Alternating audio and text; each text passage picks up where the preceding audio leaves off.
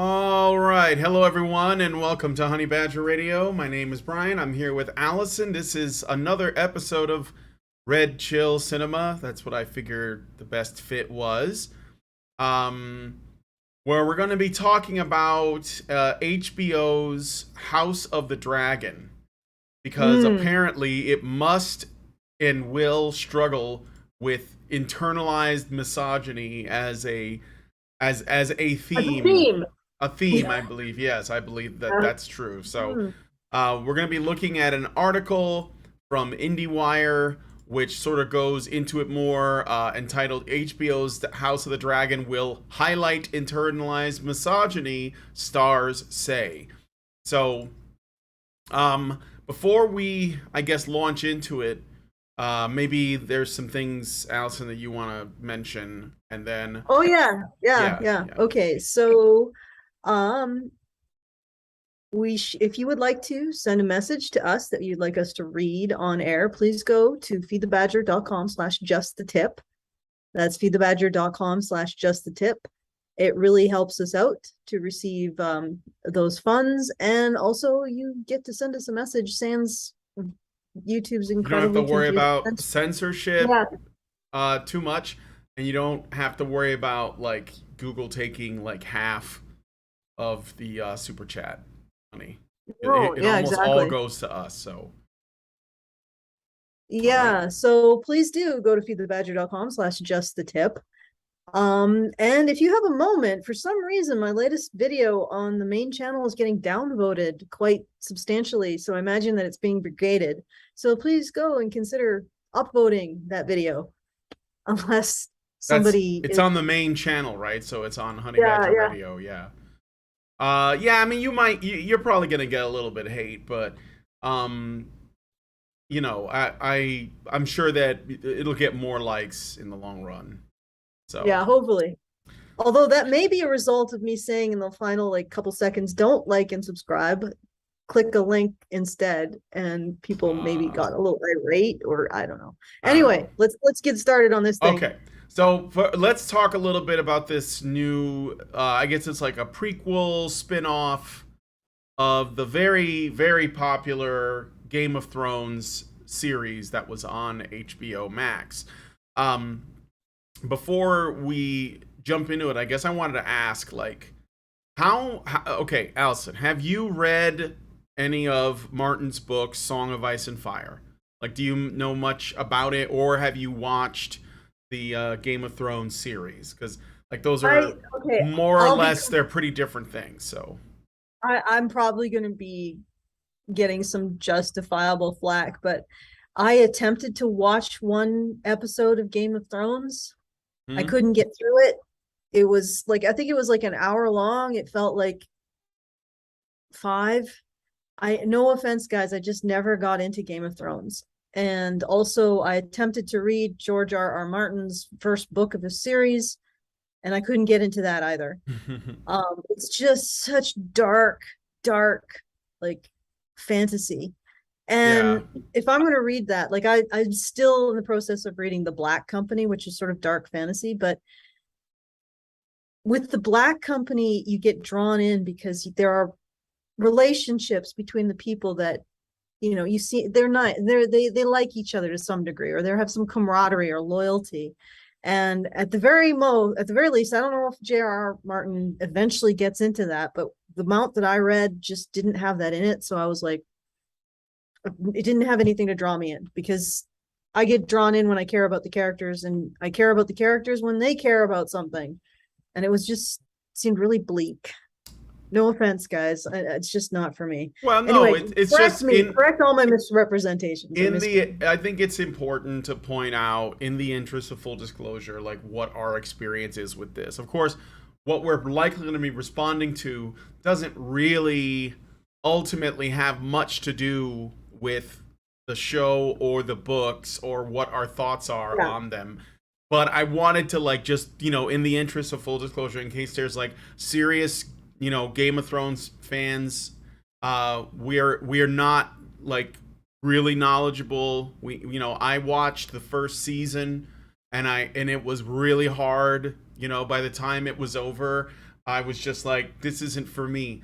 And it was basically for the same reason you were saying. It was just like, it's so cynical and nihilistic, and you know, it almost feels like it's a deliberate attempt to sort of deconstruct the fantasy genre. And I was like, okay, like I can see how people could get into this, but it's not for me. Like maybe I'm just really old because I'm coming up on 50 and I've seen tons of deconstructions already. And in fact, I'm finding that the amount of deconstructions or, you know, subversions are actually outnumbering the norm. And, you know, so I'm kind of like hungry for the norm now, like something that's, yeah, it's really, really done, right? But I get it if people are into that. I get it. So it's fine, you know. Black Company, like the Black Company is dark fiction. So, you know, there's a lot of darkness in fantasy, but I think it was well done, at least for what I was able to get through. And I'm not saying GRR George Martin, George R.R. Martin. George R.R. Martin. Sorry, I had a synapse firing with Tolkien and Martin at the same time. Yeah. I'm not saying he's bad. It's not to my taste. Like I said, I can't. The unrelentingly dark and the protagonists and all of that. I just it's not my thing. But having said that, I'm pretty sure what is being proposed to be added to the mythos is not going to improve it. And in fact, it probably is going to get worse. Yeah, I mean, yeah. So I'm, I guess I've read dark fantasy, but like dark fantasy is okay. That doesn't mean it has to be nihilistic and cynical. So, you know, like Berserk is one that I really got into, and it's, you know, it's very dark, but it's not meant to make you say, why am I bothering to read this story? Why do I care what happens to these characters, right? So yeah, that's kind of where you can cross a line. But anyway, I just got a super chat from Egregious Charles, and he says, I got a Steve Shives recommendation on this video, LOL. Oh, well, that's weird. So he got a recommendation to watch a Steve Shives video from this video. YouTube is playing games.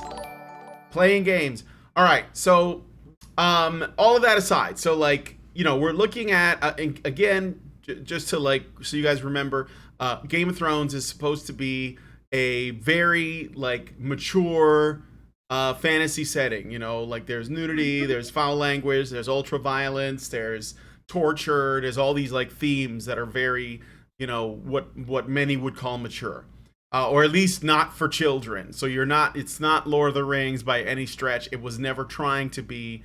And the last time they did a show, I guess it went really well. It was like the most watched show on HBO. But like towards the end, it kind of fell apart because George R. R. Martin's books weren't finished, so they had to make up some, you know, endings, and like the people on the project, they're basically showing that they're not really great writers compared to, say, actual literary writers. So and now they're doing a spinoff because even though the show kind of like collapsed towards the end, everyone was so committed to it that to see it through, that it's still a huge success. So now they're doing a new spin-off called House of the Dragon. And there's actually some excitement about this amongst people who were disappointed or let down by the way the Game of Thrones show ended. And so we're going to look at this article because, of course, now that it's buzzing, there are going to be thought pieces. There are going to be people trying to start conversations. And, of course, what's the most important thing about this new, very popular show that is likely going to have a massive audience watching, even if it's just because they want to recapture that point in time where Sunday would come around and the new episode of Game of Thrones would come on and they would have like everybody would be hopping about it. Yeah. And everybody was talking about it and everything. They want to recapture that.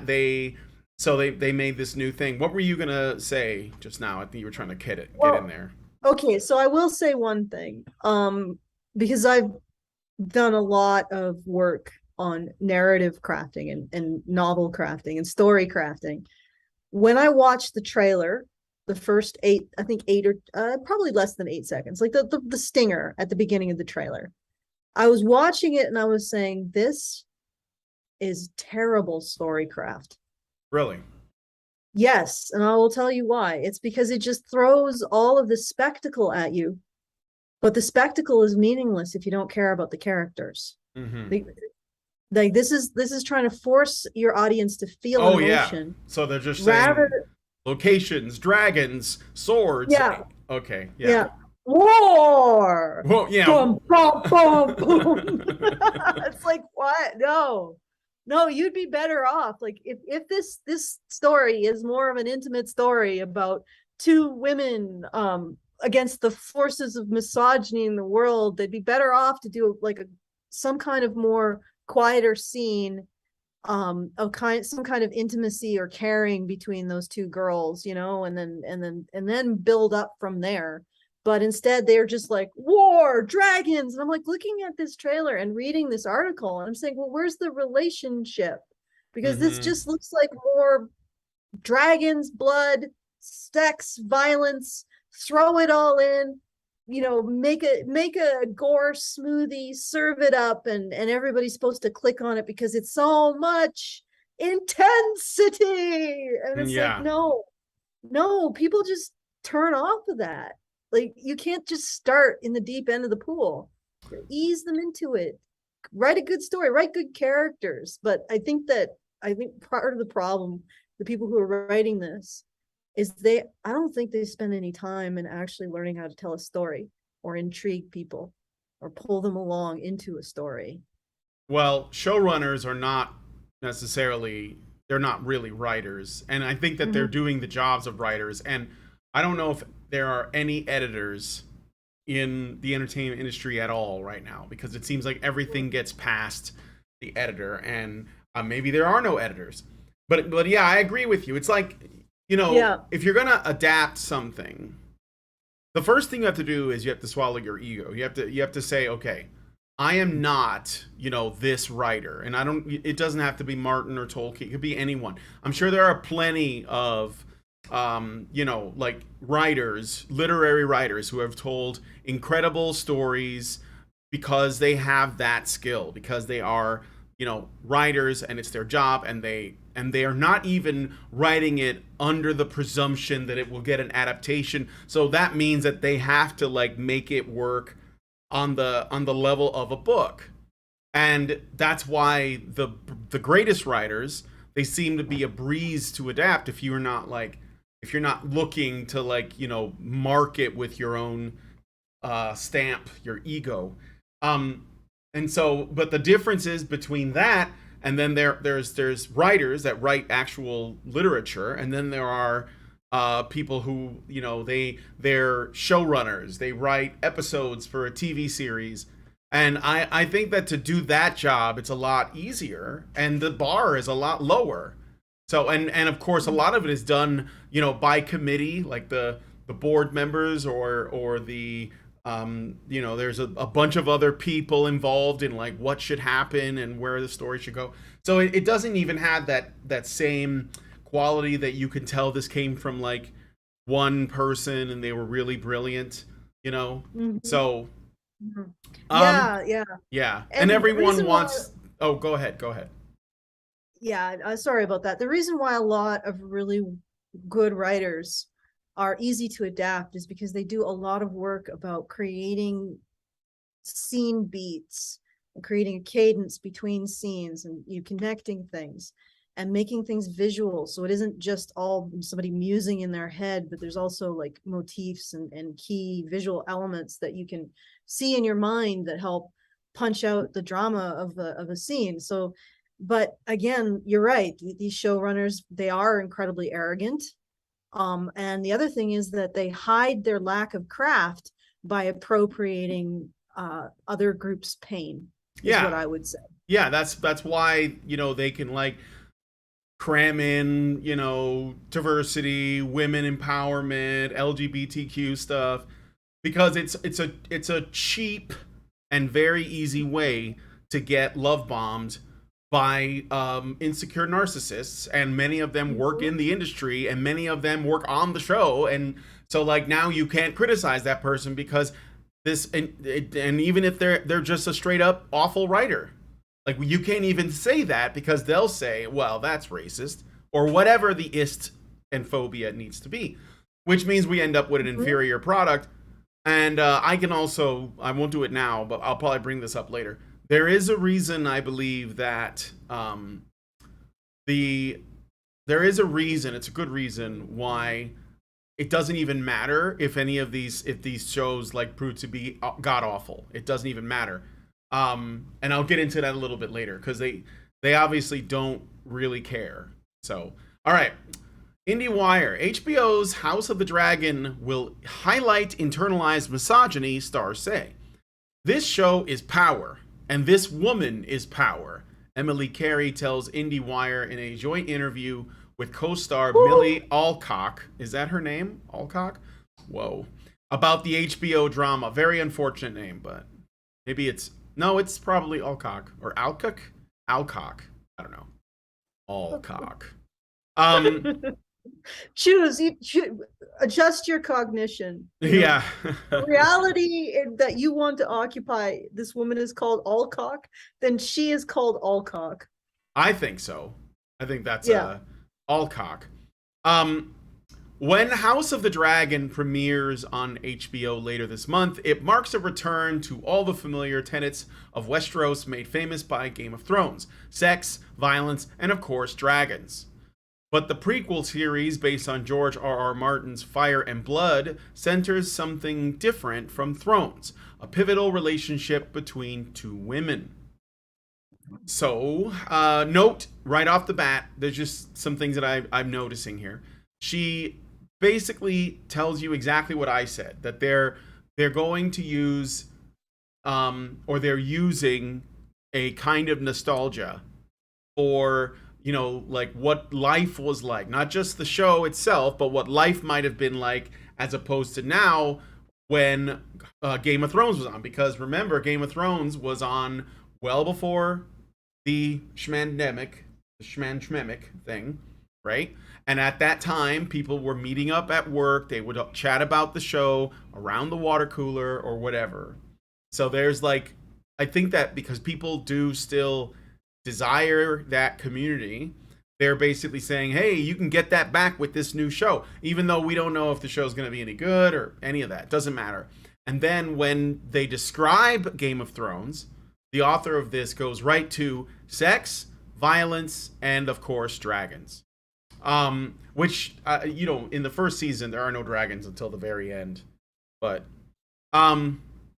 so, and then of course, that to them is what makes it. Like, it's why I guess it's important, which is strange because there's no mention of character.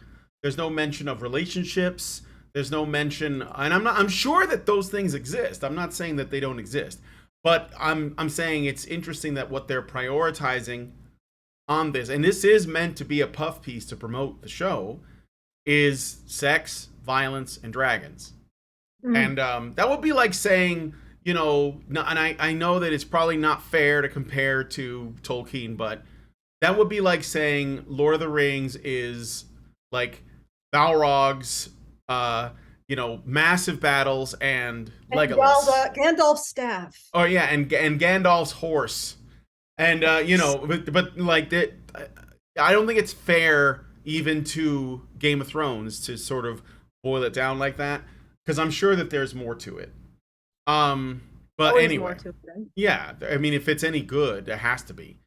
So they're saying, okay, this is actually about a pivotal relationship between two women. House of the Dragon is about the Targaryen family, war in the Seven Kingdoms, and the Iron Throne itself, but it is in a very real sense. It's about what? Alicent Hightower, played in early episodes by Emily Carey, and as an adult by Olivia Cooke, and Rhaenyra Targaryen. As children and teens, the girls are bosom buddies. Let me take a look at this sentence. Yeah, It sounds like it's completely garbled. Just give me a second here. yeah, sure, sure. Give me a second. I'm gonna see if I can unwind this garbled nonsense. I did want to say something before we continued. Um, this sounds like, well, first of all, I don't think they're focusing on the women that much because of the trailer. It has nothing of that in it, at least the stinger. And you'd think that they would do something. Unless that's the bait and switch. But Yeah, I guess so. my guess would be that there's like a number of different threads they're going to be following. You know, like those women, but then like this guy over here and this other guy over here. So Okay, what paragraph are you on here? I'm on the one that starts House of the Dragon. It's like the second paragraph, and it says is about the Targaryen family, War in the Seven Kingdoms. Yeah. That's the one. But then, like it says, but it is in a very real sense. It's about Alicent Hightower. Who is okay? They don't have editors. Why do you need? Don't use very. Very never adds anything to it. In fact, very does the opposite of adding emphasis to something. Okay, all right. Yeah. Once free. Okay. All right. Well, I didn't watch the whole damn trailer, so maybe it becomes more prevalent or more important in the. Yeah, or because you're talking about like the very short initial teaser, they basically threw in as much spectacle as possible to get people's attention, and then they released like maybe a more, a trailer that gives you a better sense of like the plot and characters after that. Yeah. So. And what I'm trying to get at with that is sort of an incredibly childish way to approach to storytelling or getting people invested in a story. Mm-hmm. They just throw the spectacle out in front. People are going to bounce. Nobody's impressed by CGI anymore. Yeah, in fact, I think that most people are kind of sick of it because it's like we all know, even if it's not bad, like even if it's well made, we all know it's CGI. So like there it doesn't have that magic, and again, depending on, because there's still ways to do it well when you need to, but like the best comparison could actually be like the way that Peter Jackson handled CGI in Lord of the Rings versus the way Peter Jackson handled CGI in The Hobbit. In The Hobbit, he leaned a little too hard, and there was like excessive green screen, like in places where it's like, why did you guys do that? Like, you didn't have to. Whereas in Lord of the Rings, it was mainly saved for when it was necessary. Like, oh well, we need a Balrog here or a cave troll, and that's the only way. So I think, and that's why I think the original trilogy looks better. It doesn't have that like CGI look. I don't know if you can. If you know what I mean, but look at the original Jurassic Park did the same thing. It's probably like one of the best examples. In the original Jurassic Park, CGI was still new, and what Spielberg could tell, he could tell that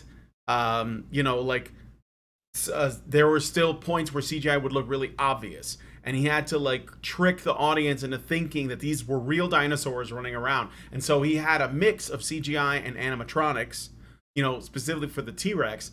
But not only like the raptors. There are sections where they're like puppets or animatronics. That one dinosaur that spits things with the frill. And then there were when you needed to, he did CGI, but it was so well done that it tricked people into thinking this could be real. But then when the Lost World came out, then they were obviously just like, they're just gonna make everything CGI. So it's just a big difference. And yeah, Jurassic Park still holds up. Hell, Terminator 2 holds up in a lot of ways, and that was the same thing. All right. Anyway, that video that I put out is really getting slammed with the dislikes. I wonder if people are taking the title seriously, because this is what they're not watching it. Yeah, this is why Internalized Misogyny is critical to the success of the new Game of Thrones spinoff. Yeah, that's sarcasm. It's not critical. I don't believe that. I Of wonder if people course. are taking it Well, literally. they may watch it and then change. You can dislike something, right? I think so. Yeah, I think you Yeah. can. Yeah. It's one of two things. Either they're taking the title literally, which it isn't meant to be taken literally. I don't. You should realize that in the first couple seconds of that video when I say the people who screwed up the original Game of Thrones are back to bring to bring you something that's going to be screwed up from the beginning. Hopefully within the first few seconds people will realize I'm not pro any of this nonsense. But I don't think that. Like, well, I guess we'll see. yeah. Maybe you're just getting the attention of enemies right now because you've been Ooh, putting out a lot of yeah. videos Interesting. and you're probably like attracting haters. Yeah, Okay. it could be. Could Yeah, be. could be. That's entirely possible. I do know that I tend to use a lot of sarcasm, so sometimes sardonic Doesn't wit. So it sometimes that doesn't doesn't read. seem to come across, doesn't read right. People think Mhm. I'm genuinely advancing certain positions. Yeah, Like, yeah. no, no, Um I don't think we should remake Game of Thrones as Game of Macrame. yeah. Um, I suspect that wouldn't be an improvement. All right. So No. guys, please go to feedthebadger.com/just the tip and send us a tip. Do that now. Yeah. Let me And see if there's any super chows. yeah, get some super chows in. And I don't think there are. So send those in. No, but I just wanted to have it open to that so I can see it. All So right. feedthebadger.com/just the tip. All Yes. right. So the other thing I wanted to mention is that you can probably handily skip the next two paragraphs. They are incomprehensible and pointless. Yeah, we can jump ahead. Yeah. They're just talking about something else. It's not really related. So I don't. I am not a stupid person. I read those two paragraphs. I'm like, I don't know what you're talking about, and it sounds incredibly it boring. it's like unnecessary info. Background. Yeah, Yeah. about scripts and stuff. So I guess it's basically past the trailer. Alcock and Carrie will portray the young princess and her friend for multiple episodes, but they didn't end up working with Darcy and Cook to flesh out the characters. I'm trying to find the internalized misogyny bit. So I'm gonna like scroll down a little bit more because I mean they're just talking about the craft here. Oh, here we go. Your best friend is a 14-year-old girl. As a 14-year-old girl is probably the closest you've ever been to any one singular person, and probably the closest you will be to any one singular person for a long while, Carrie said. It's sort of towing the line between platonic and romantic. Just an all-consuming adoration and love for that one person. That's part of why they brought the characters in early to show that love, which is what makes the demise of their relationship so much more heartbreaking. So they're talking about these two women, and apparently they grew as little girls. They were close friends, and they grow apart later, which is really heartbreaking. Because as we all know, women should never be enemies with other women when there are men that have to be defeated. And I think that's what they're getting at. That's what internalized misogyny is to me. It's like, you know, all ladies, we have to like operate in solidarity on the same side because the real enemy is men. House of the Dragon really creates a nuanced conversation of misogyny, Alcock said. We don't only explore it through a level of women being shut down and the patriarchy. Wow, that sounds really exciting, and I really want to watch that. But also go in depth about the internalized misogyny that women are constantly faced with and the competitiveness. Alicent and Rhaenyra's relationship is at the forefront of that conversation.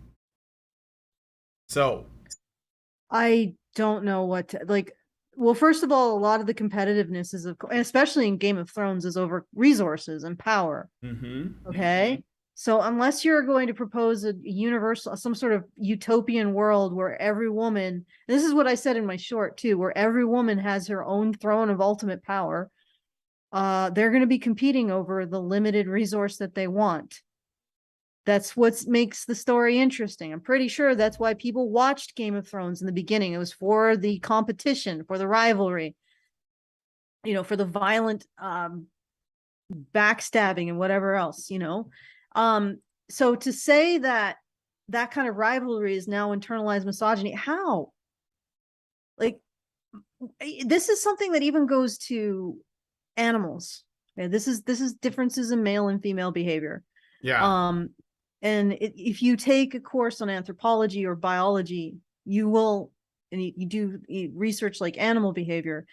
Male and female animals have very distinctive realms where they compete. And female animals compete much more with other female animals, and male animals compete much more with other male animals. Male animals compete over breeding rights, and female animals compete over resources to raise their offspring.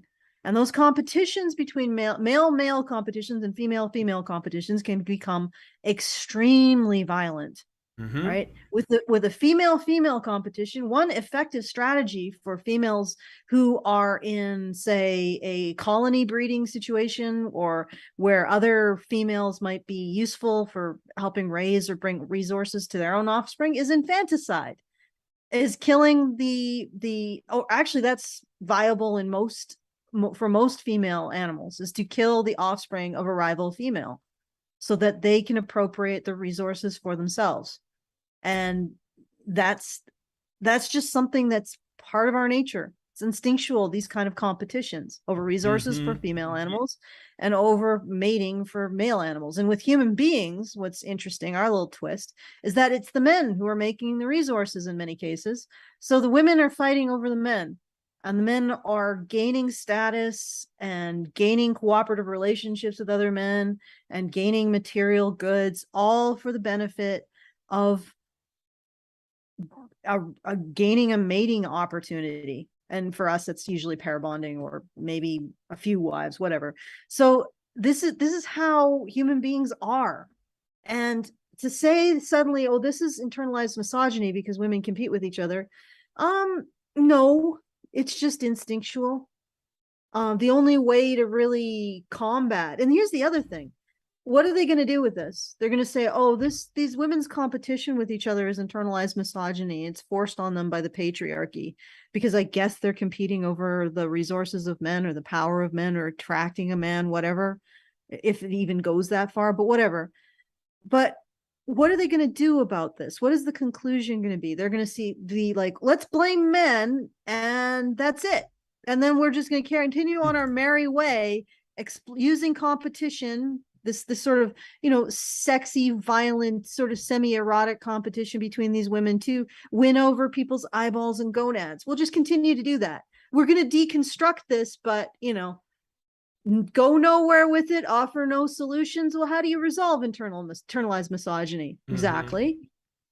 How do you get women to stop competing over resources and instead cooperate to make them or share them? Well, that's never answered, because it's all offloaded onto men. Men are to blame for women's behavior. And then we never can actually look at what kind of gender roles that creates. Because I guarantee if they did an analysis of the men's competitiveness, they would be saying, what? Toxic masculinity. So men are responsible for their own competitiveness, but women, men are responsible for women's competitiveness too. Even when women are competing over men, and men are just sort of not even involved in that particular competition. They are the object of that competition. Even then, they're still responsible. It's tedious now. It's intensely tedious. It's getting very tiring. Yeah, and it looks like, if this actress is correct, they are going to be at least somewhat explicit in, like, showing us the ways that patriarchy shuts women down, and the ways that internalized misogyny will play into, I guess, the degradation of relationships between women in power. And this is, I could be wrong, but my guess is that this is like Game of Thrones in terms of, like, all of the main characters are extremely powerful nobles and royalty and stuff, right? So they're not like the regular folks. They're not like peasants or anything. These are like, really high status people from, like, a long line of warrior kings and queens and things like that. So we're looking at really powerful people, and they want to explore a dynamic between two women who I assume are both powerful, or will be, like they're, princesses or something. And they are going to, because they're going to compete with each other, they're going to explore this not as simply a natural consequence of, being a really powerful person that's trying to acquire resources in a world that is as violent and savage as Westeros, because the idea that like you could form an alliance and negotiate and things, I mean, that's possible in, in reality, but I don't think that that is in line with the themes of Martin's books. They tend to be people screwing each other over, stabbing each other in the back, and whatnot. So I'm expecting more of that, because that's what I think people liked about the show. It was, a bunch of people doing each other dirty. And, having like everyone was debaucherous, and they were just like, just swimming in shit, basically. But they were also the most powerful people. So I don't know. Let me read a little bit more. Maybe they'll explain a bit. For fans of this world who haven't read Fire and Blood, House of the Dragon has some unfamiliar names, Hightower among them. The family is present, but mostly peripheral throughout Thrones and A Song of Ice and Fire. But during this era, the Hightowers are one of the most powerful houses in Westeros. Alicent's father, Otto, is Hand of the King, with eyes on his daughter entering the Targaryen family. The Hightowers are very passionate people. Their sigil has flame on it, and I think that's poignant.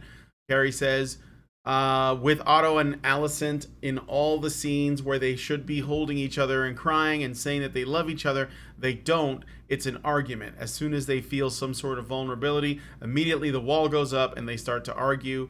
But that's how they show each other love. It's a communication barrier, and I think that's key to the Hightowers in general. I want to see if they're going to say anything else about the internalized misogyny stuff. So I'm not seeing anything. The show also finds the Targaryens at the height of their power, centuries into ruling the Seven Kingdoms as dragon riders. In A Storm of Swords, Martin writes, madness and greatness are two sides of the same coin. Every time a new Targaryen is born, the gods toss the coin in the air, and the world holds its breath to see how it will land. This show specifically really explores those two dynamics, Alcock said. If either of the sides of the coin are ever sat on the throne, what would that mean for the kingdom? To be a part of this is just incredible, Carrie said when discussing the role of women in the show. We have some very fierce women in this cast. Fierce, everybody, fierce. I remember the scene in the trailer when Millie just looks down at the camera lens. I remember standing up there watching her do this and getting goosebumps all over. And that is when I knew that this show was different. This show is power, Carrot continued, squeezing Alcock's arm in excitement. And this woman is power. So who cares? Like, who gives a crap? Like, are these sociopaths? All they care about is power and submission? Like, they think that this makes this character interesting or compelling or anything you want to watch or follow. It's just, oh, she's got power. Nobody cares about that. Well, I mean, it is in line. They do. Yeah, okay. They do. I mean, feminists tend to see everything in terms of power dynamics, and I think that so like, yeah, that this is not really surprising to me. I think if they feel like they have power, even if it's just like some kind of cultural power as an actress, I mean, that's just like, that justifies everything that led to it. So to them, I mean, I don't know why they see things that way, but yeah, it's people who talk about things in that way, I actually find them pretty scary. Like someone who thinks that power is a means to an end on its own, and that there's like some you know, good reason for it. And of course that they should have it because they're never saying this about anyone else. Um yeah, that's kind of creeps me out. It creeps me out. And especially when Mm-hmm. you've already like set up this other set of things. So first you're basically saying like this is going to be powerful for women because I feel strongly that women should have it. And of course, because there's also a narrative about internalized misogyny, that immediately suggests that, well, power for some women, not all women, because some women have the wrong ideas, but I don't. I know exactly what I should do with this power that, you know, I'm gonna have or I'm hoping to get or whatever. And of course the idea that you're up against men because that's I think that that's literally how they see their relationship with men. And I know we're talking about a TV show, but I think that a lot of this stuff is stuff that the people believe, like the people involved with the project seem to believe this, and the show is just a way for them to I guess demonstrate it or act it out. But I don't know. That's what I think anyway. And Mm. Yeah, um, probably. yeah, I I think really so. highly doubt that it's anything but that. Um, I don't know what like this is. First of all, this is a very short article, Yeah, so props to the article writer for that. You know, it's always great when these individuals make their crap short. yeah, yeah. Um, It gives us a lot break. less. Yeah, a lot less like, and they're not trying to fill it with their like eighth grade, you know, essay skills. Like tell a Yeah, weave a story. I was on the bus today, and you know, like I don't know. I don't want to know about that. Um, and but it's like this is all incredibly generic. It's not very well crafted. It doesn't have any depth. It's emotionally shallow. I noticed that I think what they're trying to do with this internalized misogyny thing is they're trying to sort of hand wave like some introspection or having like a character arc. But instead of actually doing something related to observing and understanding humanity, they just fake it by making the woman a victim. Yeah, well, what I think so, I guess the way they're framing it according to this interview is like one of the central dynamics is between these two women, which I'm displaying on the screen right now, and um, I guess they start off very close and then they grow apart. So that's not a new thing. Plenty of stories have done that, and I guess they're going to be like looking at the way well what this author and the interviewee are saying is that like essentially this is a thing that should not happen. Women should always side with women, so like that the allegiance to other women is more important than say an allegiance to your bloodline, an allegiance to your family, an allegiance to your country or whatever, right? And I think that's the thing that they're claiming to want to explore. And I believe that what they may do, I can't say for sure because I don't know, but they may like make the men around them essentially like a part of the problem that's driving them apart. But it's not them Mm-hmm. that's doing it, it's the men that are doing it. So they're either, you know, at war or some guy is trying to like marry or woo one of the women. And of course if a man, you know, gets between two best friends, the only logical outcome of that is that the man has to be driven out because he threatens the friendship, right? And I wouldn't be surprised if they did things like that. But we'll, you know, I guess we won't know until it's out. So I don't plan on watching it, but maybe you guys will. Yeah. So you know, because this is the thing. Like I saw that some of the pop culture critics that I like to watch, some of them have been pretty excited for this show, and I think that maybe they're right because you know, I don't know, but if you're, I would just caution against getting too excited because I have a feeling that it might not be much better than the other garbage, but it might be better at, you know, tricking you into thinking that it's not. So I don't know. But one thing I do know is that when people who are involved with the project start leaning on like identity politics and feminism and stuff like that, you might have a turd on your hands. So, just a warning. And so anyway, those are my thoughts on that. I got a super chat from Senior Sticks for $2, and he says feminism is great as it exposes lady truths. All right, thank you for that. Check and make sure no super chows yet. Do you have any other thoughts, Allison?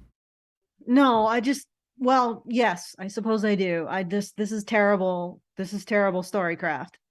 And what's really infuriating about this is that these individuals take no effort to become good storytellers, to understand what compels people to write, to make the failures that require them to actually get, a novel that truly resonates with people, or a story that truly resonates with people. They do none of that. Mm-hmm. What they do is they apply the most ham-fisted,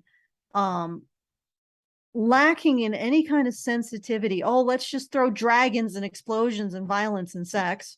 Mm-hmm. And then but we'll change the skin color of this character or the gender of that character, or we'll have a dissertation on this, that, or the other.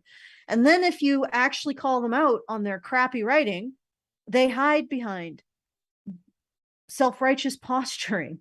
Yep. And it's frankly annoying. Yeah, it is. And they don't actually like care that the show doesn't, like, if no one watches it, okay, it won't matter. And this is like one of the things that I don't know why more people don't understand this. So like it's mostly the fault of the streaming model. And I'll explain that in a second. But like, one thing you should know is that people who are ideologically they have a ideological conviction to put their messaging into content. They don't care if the content succeeds or fails. And this is the reason why the get woke, go broke mantra, most of the time, it doesn't mean anything. It's just cope. And I'll tell you why. Because once upon a time, if someone made a show like for television or whatever, if you watched it, then the people got paid because their ratings would determine how successful it was. And they get advertising money and things like that. So when Seinfeld was really popular and a lot of people were watching it, Seinfeld made money because a lot of people enjoyed the show and they were watching it. And if they didn't watch Seinfeld and they changed channels and they went and watched something else, then those people weren't essentially a part of that calculation, right? When a film comes out in theaters, its money, like what it's worth, can be traced very easily right to ticket sales, right? I mean, there's like other ways, like later on, maybe, when we used to have things like pay-per-view or whatever, you could watch it. But in general, you knew something was a hit based on ticket sales. So if you went and saw, like, like Terminator 2, then whatever the money they made was directly a product of the ticket sales. But with the streaming model, the thing is that you pay for the membership to the service. You don't pay for the shows you watch unless some services, they have a thing where you pay for a film when it's new, or, other things like Amazon, for example. If you have an Amazon Prime membership, then you're paying for whatever shows they put out. And in that regard, it doesn't really matter if you watch the stuff you don't like, because if you're paying them for the membership, then you're paying for the stuff that you don't like because it's already baked in. So if you have a membership to HBO Max, then you're paying for whatever they make, whether it's good or trash, because it's there for you whenever you want to watch it. And so like, this is the downside. Now, of course, the people who are doing this that are like, they're just committed to the message and they don't really care if it succeeds or not. They know that. So they can just put in woke garbage And if you're a paying member, even if you never watch whatever they put out, it doesn't matter because you've given the company money already because you have a membership. So, Mm. you could say like, "Oh, I have a for example, I have a Disney I don't, but someone could say they have a Disney Plus membership, but they only use it to watch like the classic Disney animated shows and they never watch any of the garbage like Marvel shows or Star Wars things or whatever." Well, that doesn't matter because by virtue of you paying for the service, they have your money. So it doesn't matter if you watch it or not. And the last thing about this I'll say too is that either a product or a franchise becomes converted to this woke ideology or it self-destructs. And the people who do this don't care either way.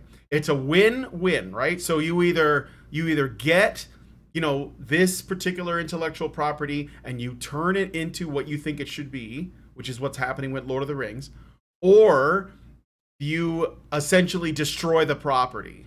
And in both cases, they win because either the world is more like the way they think it should look, or the world is more like the way they think it should look because the bit that they destroyed is no longer a part of the world as it should be. So they do that damage regardless, and they're okay with it because they don't really they'll tell you to your face that they're huge fans of this stuff, but they're lying. Like they don't really care about it because if they did, they would care enough to want to preserve something, right? But they don't. So that's another thing. So like if you really want to do harm to these streaming corporations, let's say, and you really want to do this, like obviously I can't make you do anything, like you do whatever you want, it's your money, right?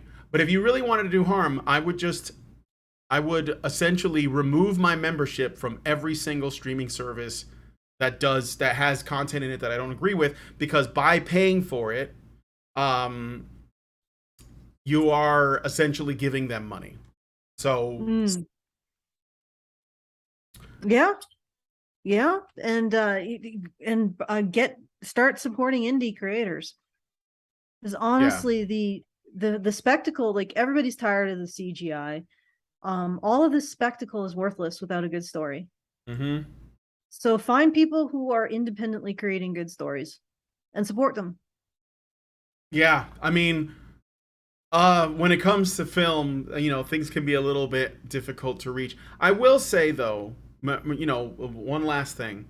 Last night, Lindsay and I watched Skydance Animation's first animated movie since the guys all left Pixar. Because like Skydance, I did a story on this not long ago where I was talking about how John Lasseter, Brad Bird, and another guy, I can't remember his name, they were all like fired or made to resign, and they got Me Too'd, and they all left. And then Lasseter decided to start his own animation company called Skydance, and he used to work at Pixar. Like he's the guy who got us, gave us all these very great classic Pixar films, and Brad Bird as well, right? He gave us like, The Incredibles, and there was something else that was a big one, Iron Giant. Anyway, so they now work at Skydance Animation, and they because they have to work with some distributor, they're working with Apple Plus.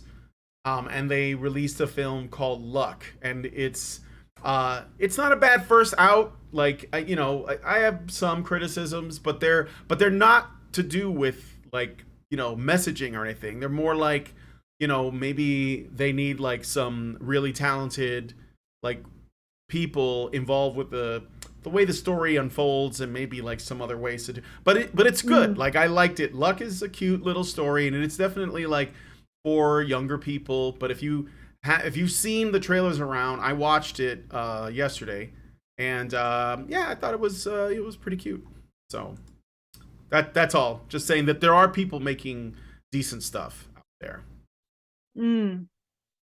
Yeah. Okay, and go find them. Don't give your money to these individuals, and don't give your attention, aside from like maybe listening to people talk about them. Yeah, Perhaps. it's fun to roast it. Yeah, I think that should get a pass. Like Yeah. if the eyeballs aren't on the original, if you're just looking at the people roasting, that's I think that's different. Also, it's a post-mortem to find out. Well, actually, it's a pre-mortem because they're not dead yet. But it's sort of like let's predict what's going to kill this. Yeah, it's like taking the temperature, I guess. We're checking the vitals. Yeah, exactly. All right. So I think I think this is good, eh?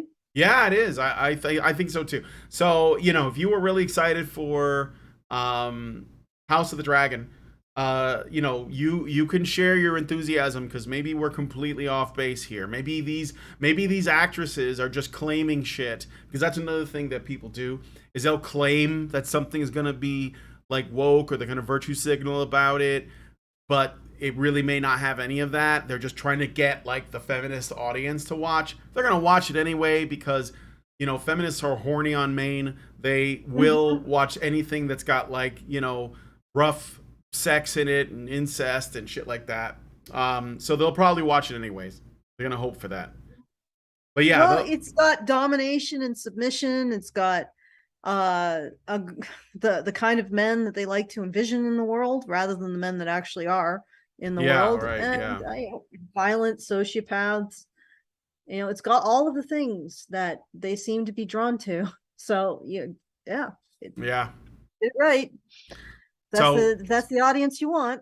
Yeah, so if you are looking forward to it, then you can tell us in the comments, like, how off base is this article, and I don't know, make the case. I mean, I could be completely wrong. I did notice that Warner Brothers, who owns HBO Max, somebody working at Warner Brothers has been firing and canceling and eliminating people left and right. Like, he really wants to like reset all of it, or at least in the DC side, but probably not just that. So, maybe they brought in some fucking headhunter to like make it right, and maybe Warner Brothers is actually going to attempt to do that. So, I don't know, we'll see. But anyway, all right. So, thank you guys so much for coming on today's show. I did get a super chow. Egregious Charles gives us $5 and says, actually streaming costs money. The less subscribers watch, the more profitable, as long as they still subscribe. Yeah, I don't think I disagree with that. I think that's true. All right. So if you guys like this video, please smash the like button. Subscribe if you're not already subscribed. Hit the bell for notifications. Let us know what you guys think about what we discussed on the show today. Leave us a comment. And most importantly, please share this video, because sharing is caring. Thank you guys so much for coming on today's episode of Red Chill Cinema, and we will talk to you all in the next video.